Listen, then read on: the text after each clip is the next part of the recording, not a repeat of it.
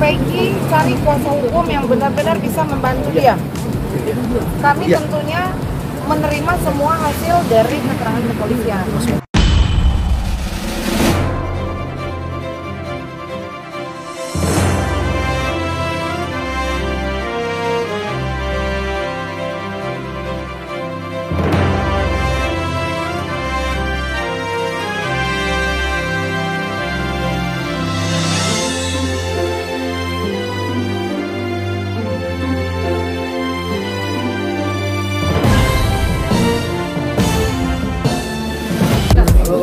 Selamat siang rekan media.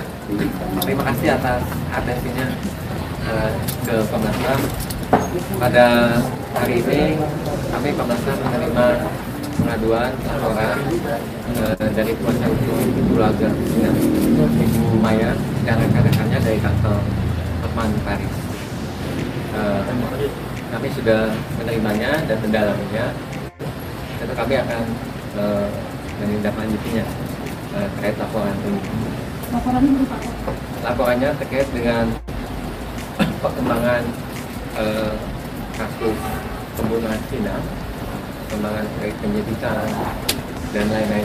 Kemudian yang paling concern ke Komnas HAM terkait dengan perlindungan kelompok rentan perempuan dan anak.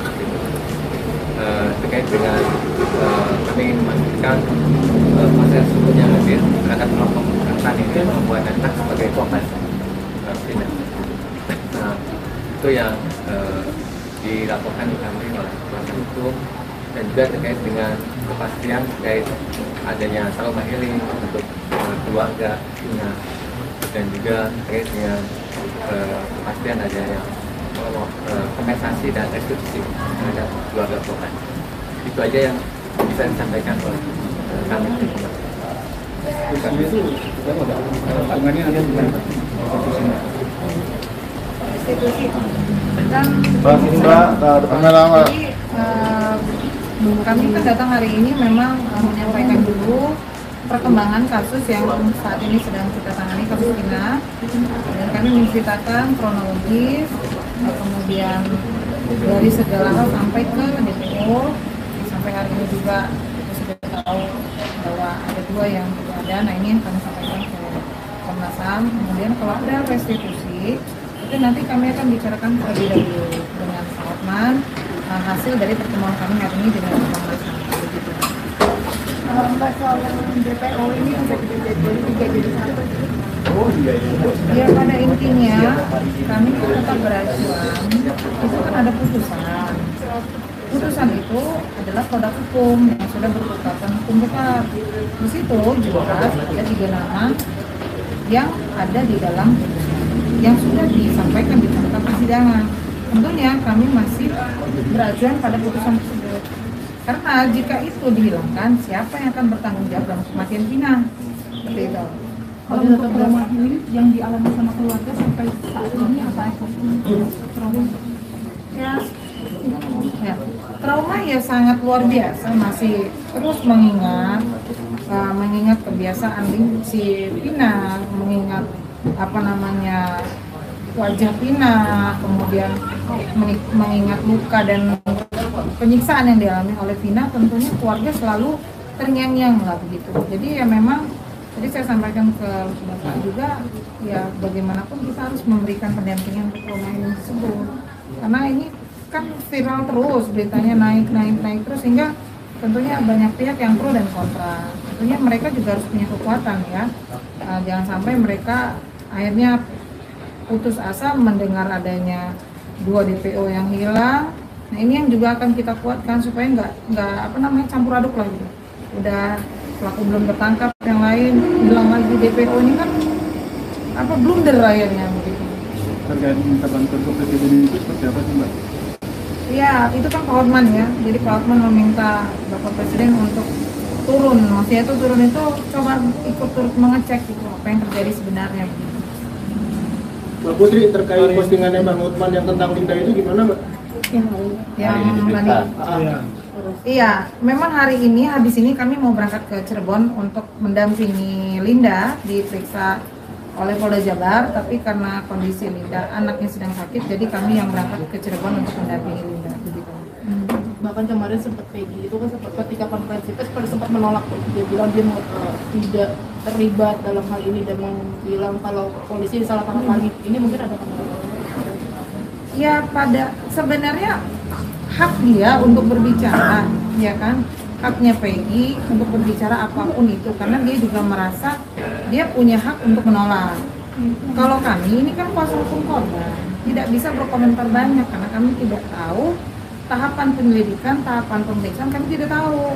Hingga mengkerucut Peggy ditetapkan tersangka, berarti kan ada keyakinan dari kepolisian. Kalau kami ingin menyampaikan, kalau memang Peggy dan keluarga keberatan ditetapkan tersangka, tentu ada upaya hukum. Nah, Peggy dan kuasa hukumnya bisa melakukan upaya hukum tersebut. Intinya kami tidak mau juga ada pelaku yang bukan melakukan ditangkap. Kami juga tidak mau. Jadi ya sama-sama lah, kita sama-sama mencari kebenaran, sama-sama mencari keadilan.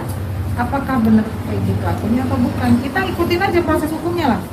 Kan nanti masih ada tahapan selanjutnya, masih ada tahapan kejaksaan, pemeriksaan berkas, kemudian nanti ada pembuktian di pengadilan. Jadi kita ikutin aja dulu. Jadi jangan kami nggak bisa komentar kalau Peggy benar atau tidak, kami nggak tahu gitu, karena kami kan korban. mungkin untuk Bapak Ibu dari Komnas HAM, narasi terkait Peggy salah tangkap dan segala macam, mungkin apa sih sebenarnya yang harus dilakukan oleh aparat penegak hukum untuk memastikan adanya akuntabilitas dan transparansi dalam penanganan kasus ini?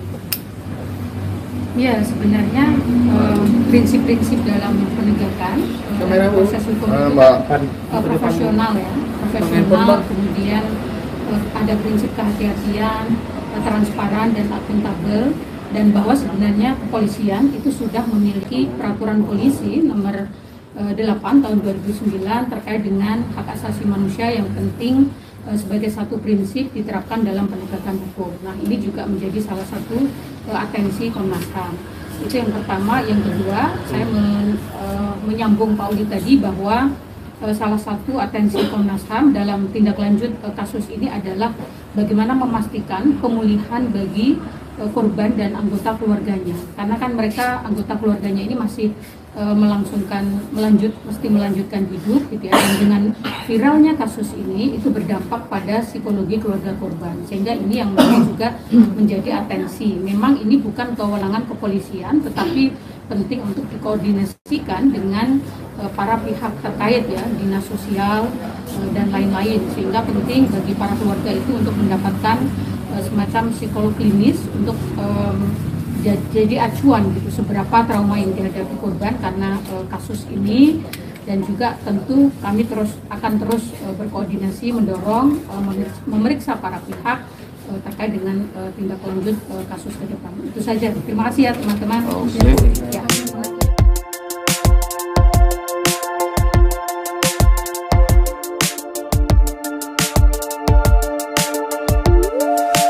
Kami ini kan justru korban.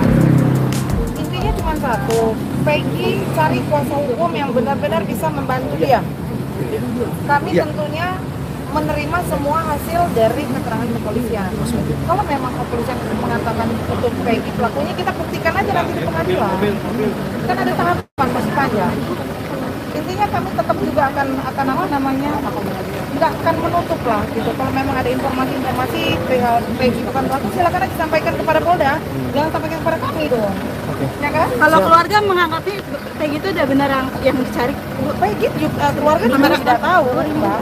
Keluarga juga tidak tahu. Jadi keluarga hanya menerima hasil dari polisi, penyelidikan kepolisian aja. Ya jadi kita tunggulah sama-sama ya teman-teman ya. Pokoknya masyarakat Indonesia ini tetap kawal kasus ini sampai selesai. Mudah-mudahan dugaan pelaku yang 2 hilang itu bisa didapat. Itu aja kita fokusnya cari pelaku 2 deh. Jangan yang lain lagi. Kalau yang sudah tertangkap biarkan diproses dulu. Diproses dulu sampai selesai. Kan masih ada tahapan panjang nih. Ya kan masih ada tahapan kejaksaan, pemeriksaan berkas, baru nanti tahap persidangan, pembuktian. Kalau itu udah selesai kan baru kita bisa ngomong Peggy bukan pelaku, ini bukan pelaku. Sekarang kan kita masih nggak tahu. Ya. Kesurupannya Linda 2 hari lalu gimana Bu menurut Bu Putri? Kesurupannya kan masalah. Linda. Ya. Linda 2 hari lalu kesurupan. Kan teman-teman udah bisa nilai gimana hasilnya loh. Kan awalnya karena kecelakaan. Tetapi ketika ada bukti baru terhadap alat bukti handphone tidak rusak, motor tidak rusak, kemudian kesurupan, itu kan petunjuk, lalu didalami. Nah, didalami, dilakukanlah otopsi terhadap tubuh almarhum Linda. Hasil otopsi itu tadi yang meyakinkan bahwa Linda bukanlah meninggal karena kecelakaan. Vina. Karena udah Linda aja nih. Iya, atas keterangan dari keluarga Vina mendapatkan bukti-bukti baru, diselidiki lah. Polres Cirebon. Oke, udah ya rekan-rekan, kita mau berangkat ke Cirebon. Kami